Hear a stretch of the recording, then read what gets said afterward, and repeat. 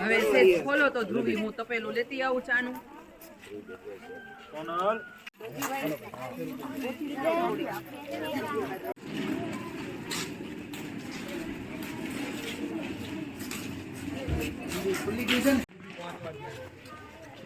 ચપ્પલ બધા અહીંયા કોરિડોર પાસે અહીંયા બહાર કાઢી નાખજો.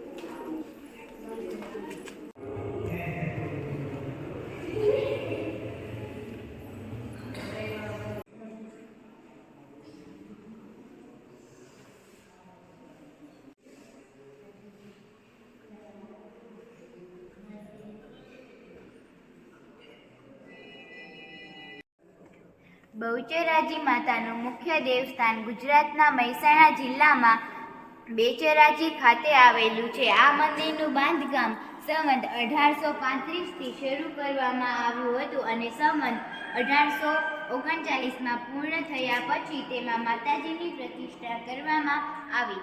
15 મીટર લાંબુ અને 9 મીટર પહોળું આ મંદિર ગુજરાતની બીજી શક્તિપીઠ કહેવાય છે.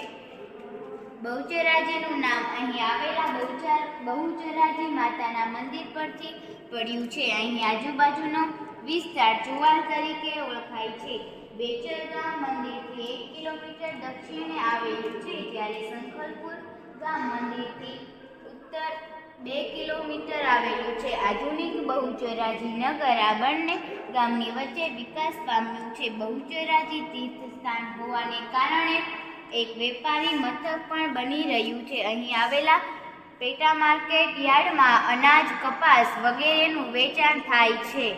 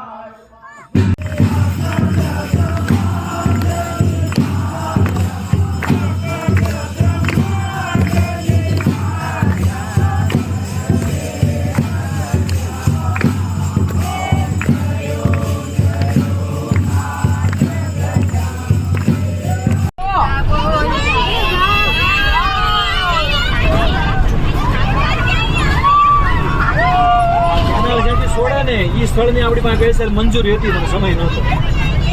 હાલો અહીંયા લાઈન કરો, અહીંયા આમ લાઈન કરો. ઓકે ની લાઈન નીચે ઉતરી જાઓ.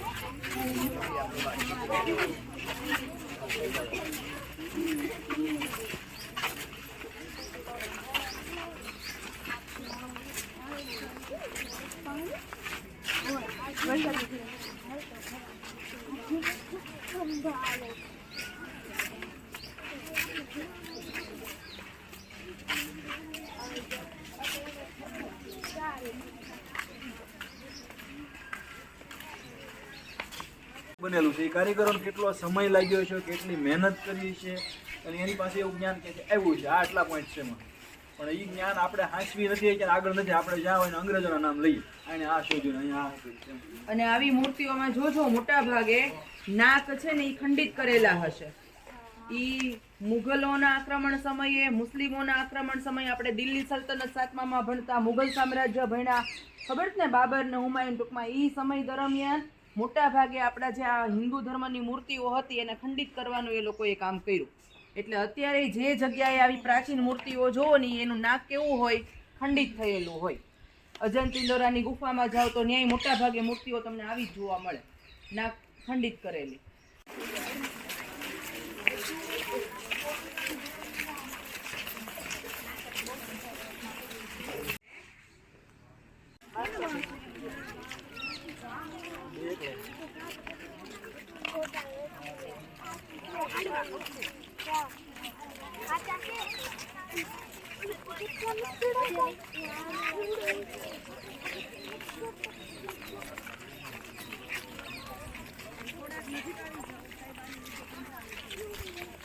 આપણે રાજપૂત યુગ ભણીએ 7મા ધોરણમાં. કયો યુગ? એમાં પાટણ છે એ સોલંકી વંશની રાજધાની, ચાવડા વંશ, વાઘેલા વંશ, એમાં સોલંકી રાજાઓ ભણ્યા. એમાં એક રાજાનું યાદ નામ છે કોઈને? સોલંકી વંશના રાજા ભીમદેવ. જો બેન જે નામ બોલ્યા એ ભીમદેવ.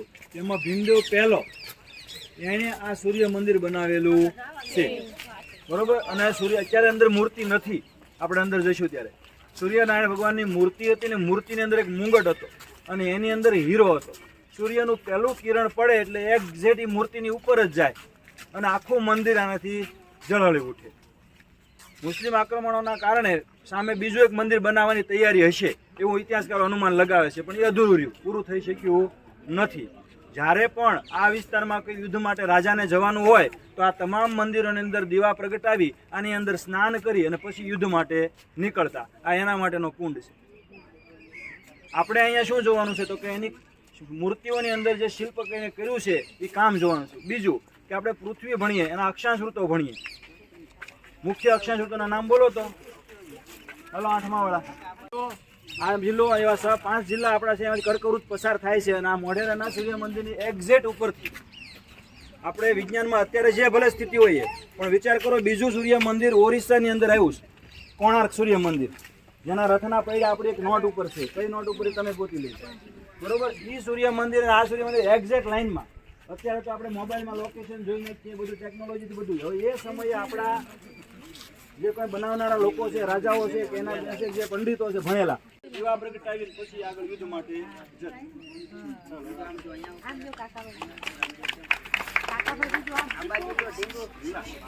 સૂર્ય મંદિર મોઢેરા ગુજરાત રાજ્યના ઉત્તર ભાગમાં આવેલા મહીસાગર જિલ્લામાં મોઢેરા ગામ ખાતે આવેલું પ્રાચીન સૂર્ય મંદિર સંકુલ છે. તે પુષ્પાવતી નદીના કિનારે આવેલું છે. સોલંકી વંશના રાજા ભીમદેવ સોલંકીએ ઈસવીસન 1026 અને ઈસવીસન 1029 દરમિયાન બંધાવ્યું હતું. તેમાં હવે કોઈ પૂજા કરવામાં આવતી નથી અને ભારતીય પુરાતત્વ સર્વેક્ષણ વિભાગની જાળવણી હેઠળનું સ્મારક છે. મંદિર સંકુલમાં 3 ઘટકો છે: ગુઢ મંડપ, તીર્થ મંડપ, સભા મંડપ અને કુંડ જળાશય. મુખ્ય મંડપમાં જટિલ કારીગરીવાળા થાંભલાઓ કોતરેલા છે. જળાશયના તળિયે અને અસંખ્ય નાના મંદિરો સુધી પહોંચવા માટે પગથિયા આવેલા છે. આ મંદિર પૂર્વભૂમિમુખ છે, તેથી વહેલી સવારે સૂર્ય ઉગે ત્યારે તેના કિરણો સીધા ગર્ભગૃહમાં પ્રવેશીને સૂર્ય પ્રતિમાના મુગટની મધ્યમાં રહેલા મણિ પર પડતા સમગ્ર મંદિર પ્રકાશ પુંજથી ઝળહળી ઉઠતું હશે. પરિણામે સમગ્ર વાતાવરણમાં દિવ્ય પ્રગતિ હશે. આ મંદિરના ગર્ભગૃહની બહાર સૂર્યની 12 વિવિધ મૂર્તિઓ અંકિત થયેલી આજે પણ જોઈ શકાય છે. સૂર્ય મંદિરની આગળના ભાગમાં લંબચોરસ આકારનો વિશાળ જળકુંડ છે. આ કુંડની ચારે દિશાઓમાં નાના આકારોમાં કુલ 108 મંદિરો આવેલા છે. સૂર્ય મંદિર તેની કોતરણી અને કળા માટે દુનિયાભરમાં પ્રસિદ્ધ છે. સરસ સરસ તૈયારી કરીને લાવી હો. તારી લેસ બાંધ. સૂર્ય નમસ્કાર મંત્ર છે. ઓમ મિત્રાય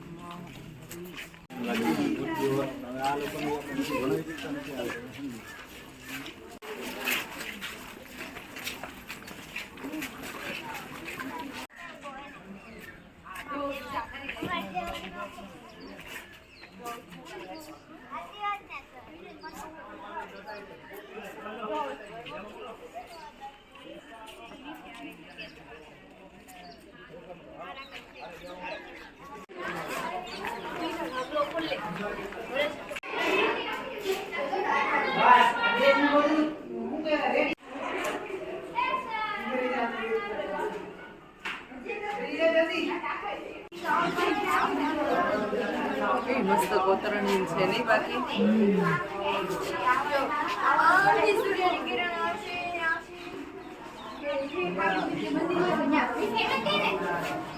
બધું હાલો હાલો હાલો.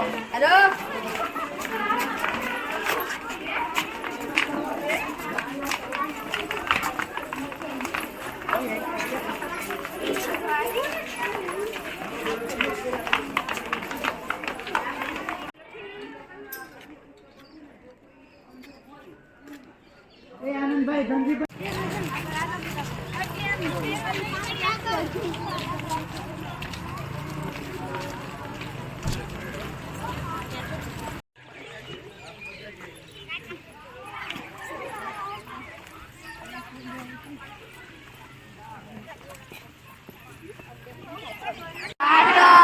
એ પાટણની અંદર જે સોલંકી વંશની આપણે વાત કરીને જ આવ્યા, એનો એક રાજા સિદ્ધરાજ જયસિંહ. એ સિદ્ધરાજ જયસિંહ આ સહસ્ત્રલિંગ તળાવ 1000 શિવલિંગ વાળું તળાવ બનાવેલું, પણ જમીન કાળક્રમે જમીનમાં દટાઈ ચૂક્યું હતું. એને ખોદતા આ રીતના અવશેષો મળી આવ્યા. આ સહસ્ત્રલિંગ તળાવ તમારી સામે છે. પુસ્તકમાં નેટ ઉપર તમે આના ફોટો આપણે આવે છે. આપણા પુસ્તકની અંદર આનો ફોટો છે.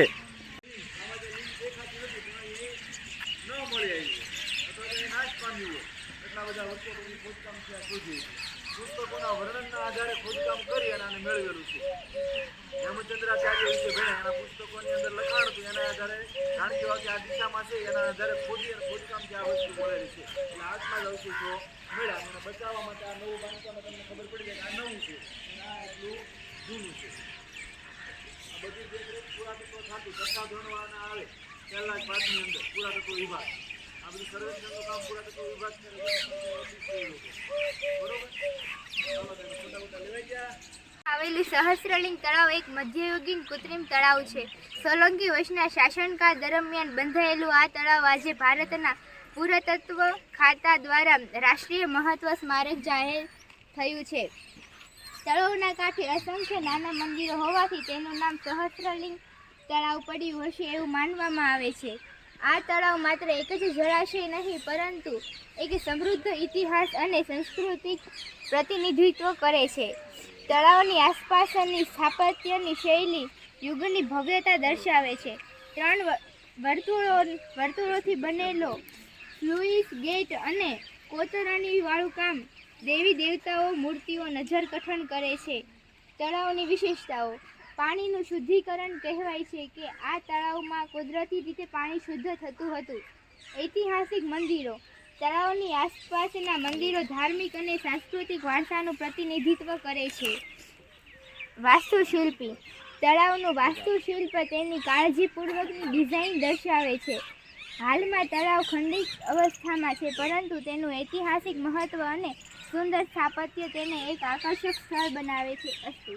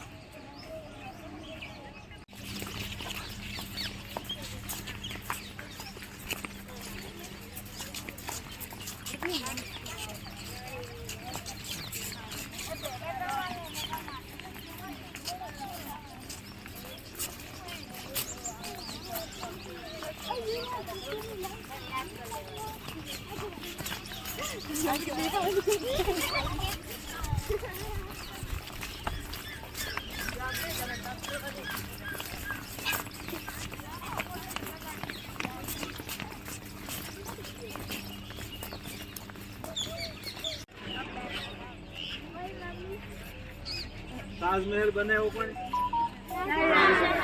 બીજું આપણું નોલેજ. પાણીના પ્રવાહમાં આ વાવ બુરાઈ ગઈ અથવા તો એવું કહેવાય છે કે મુસ્લિમ આક્રમણખોરોથી બચાવવા માટે થઈને જાણી જોઈને આ વાવને બુરી દેવામાં આવી અને આઝાદી પહેલાં થોડા વર્ષો આ વાવને ખોદકામ કરી અને પાછું એનો બહાર આવી અને અત્યારે તમે જોયું પુસ્તકમાં બહારથી તમને કાંઈ લાગતું હતું એટલી લોખંડની દિવાલ એમ બોલી 1-2 દીકરીઓ બરોબર, પણ અંદર એક્ઝેક્ટ 7 માળ પાછળથી તમને જોવા ના દે કે ન દે તો પાછળથી ઊંડાઈ દેખાય છે. અહીંયા આપણે અમુક માળ સુધી આપણે જ્યાં મંજૂરી છે ત્યાં સુધી આપણે ઉતરીને જોવાની છે. આ ઉપરનું થોડુંક રૂપ અલગ દેખાય ને, થોડુંક સુધારા સાથે બનાવેલું છે બરોબર. બાકી અંદરની જે મૂર્તિઓ દેખાય છે એ ઓરિજિનલ છે, કારણ કે જમીનમાંથી ખોદકામ કરીને કાઢવું એટલે થોડું ઘણું નુકસાન તો થાય અને આટલા બધા વર્ષો પછી એને સાચવી રાખવું. હવે બેન માહિતી આપીને આપી દે. અને એક મિનિટ, જો ધક્કામુક્કી રાણકી વાવ અથવા રાણીની વાવ ગુજરાતના રાજ્યના પાટણ જિલ્લાના પાટણ શહેરમાં આવેલી છે. એક ઐતિહાસિક વાવ છે. આ રાણીની વાવ ઉદયમતીએ 1063માં તેમના પતિ સોલંકી વંશના રાજા ભીમદેવ પહેલાની યાદમાં બંધાવી હતી. પાછળથી આ વાવમાં સરસ્વતી નદીના પૂરના પાણી ઘૂસી ગયા હતા.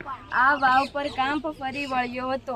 છેક 1980માં ભારતીય પુરાતત્વ મોજણી વિભાગે ઉત્ખનન કર્યું ત્યારે તેનું કોતરણી કામ મૂળ સરસ સ્વરૂપમાં મળી આવ્યું હતું. રાણકી વાવ ભારતની સૌથી સુંદર વાવો પૈકીની એક છે અને પ્રાચીન પાટનગરની સૌથી વિખ્યાત ઐતિહાસિક વિરાસતો પૈકીની એક છે. જમીન સપાટીથી શરૂ થતા પગથિયા શીતળ હવામાં થઈને કેટલાક સ્તંભોવાળા ઝરૂખાઓમાં થઈને તેમને ઊંડા કૂવા સુધી લઈ જાય છે.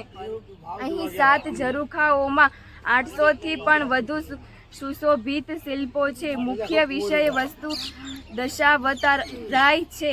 ભગવાન વિષ્ણુના બુદ્ધ સહિતના 10 અવતારો. આ અવતારો સાથે સાધુ બ્રહ્માણો અને હોઠ રંગતી તેમજ શણગાર સજતી અપ્સરાઓની મૂર્તિઓ છે. પાણીની સપાટીએ પહોંચતા શેષાશયી વિષ્ણુને કોતરેલા જુઓ છો, જેમાં વિષ્ણુ 1000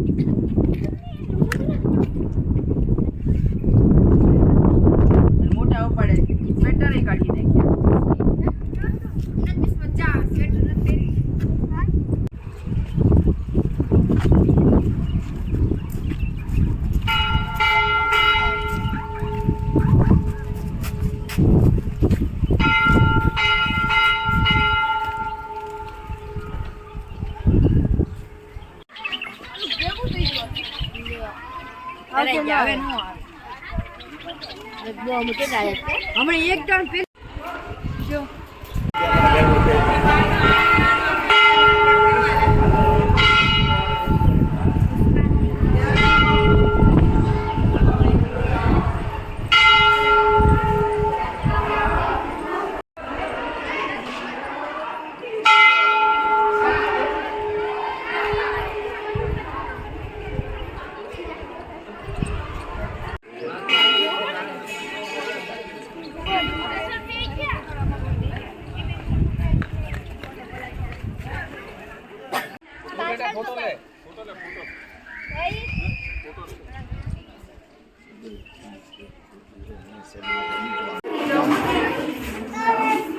અહીં જાય ને આપણે સ્કૂલમાં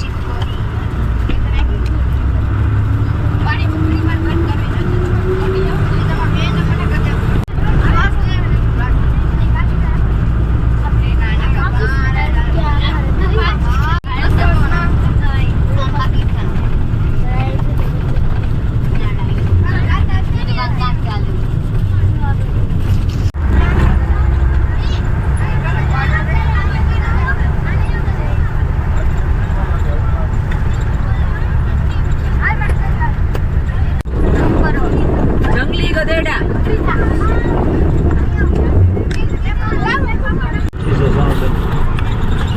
સુરખાબ છે.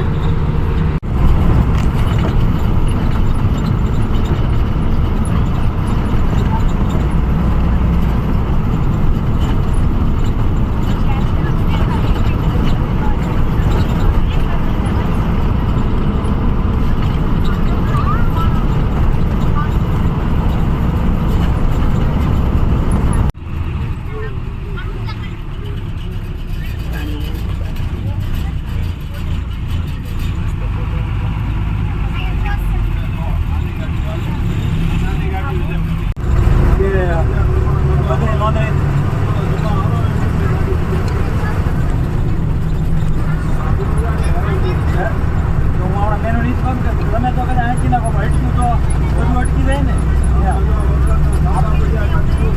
ખાલી એને એમ કીધું હોય કે ભાઈ રસ્તો ખરાબ છે કે વન વે કામ થાય નહીં.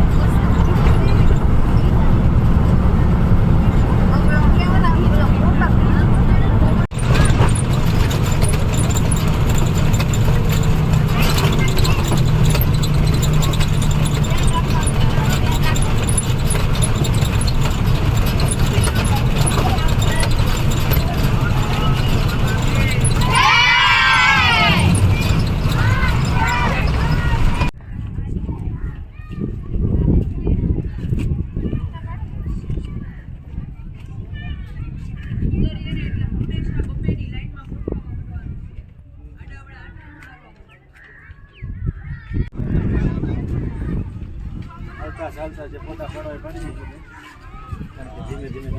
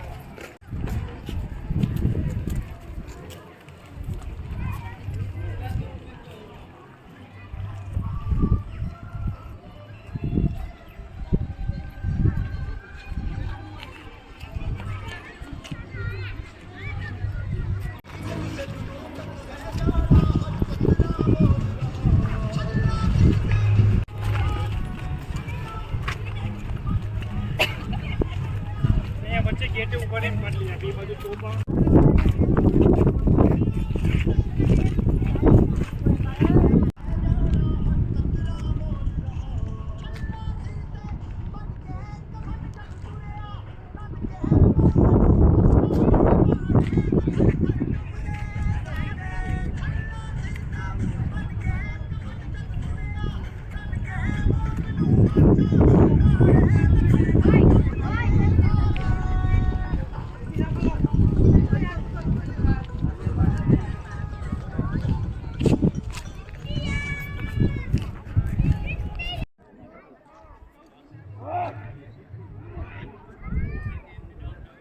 ગુજરાતના બનાસકાંઠા જિલ્લામાં આવેલું એક ગામ છે જે ભારત પાકિસ્તાન સરહદની નજીક આવેલું છે. આ સ્થળ ઇતિહાસ, સાંસ્કૃતિક અને રમણીય દ્રશ્યોથી ભરપૂર છે. નડાબેટ શા માટે પ્રખ્યાત છે? તો નડાબેટ સીમા દર્શન. નડાબેટ સીમા દર્શન પ્રોજેક્ટને કારણે પ્રવાસીઓ માટે એક લોકપ્રિય સ્થળ બન્યું છે. અહીંથી તમે સરહદી વિસ્તારને નજીકથી જોઈ શકો છો અને ભારતીય સીમા સુરક્ષા દળના જવાનોની દેશભક્તિનો અનુભવ કરી શકો છો. નડેશ્વરી માતાનું મંદિર. નડાબેટમાં આવેલું નડેશ્વરી માતાનું મંદિર સ્થાનિક લોકો માટે આસ્થાનું કેન્દ્ર છે. રણ. નડા જે હોય એમાં 150 માં એને કાંઈ નહીં કરવાનું, આપણે કાંઈ નહીં કરવાનું, એવી શરત સાથે આ બોર્ડર બનેલી હોય. બરાબર. ખાસ ભારતીય સેનાનો દિવસ છે, એમને હાર્દિક શુભેચ્છાઓ આપો ભારતીય સેનાને. શરૂ કર.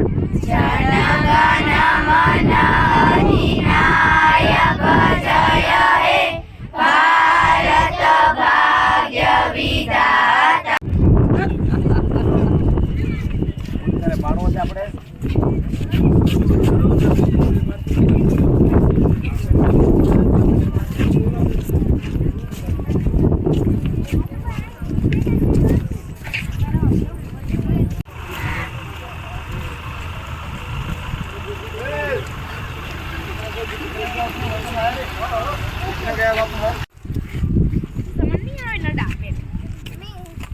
ચલો પીછે મૂળ.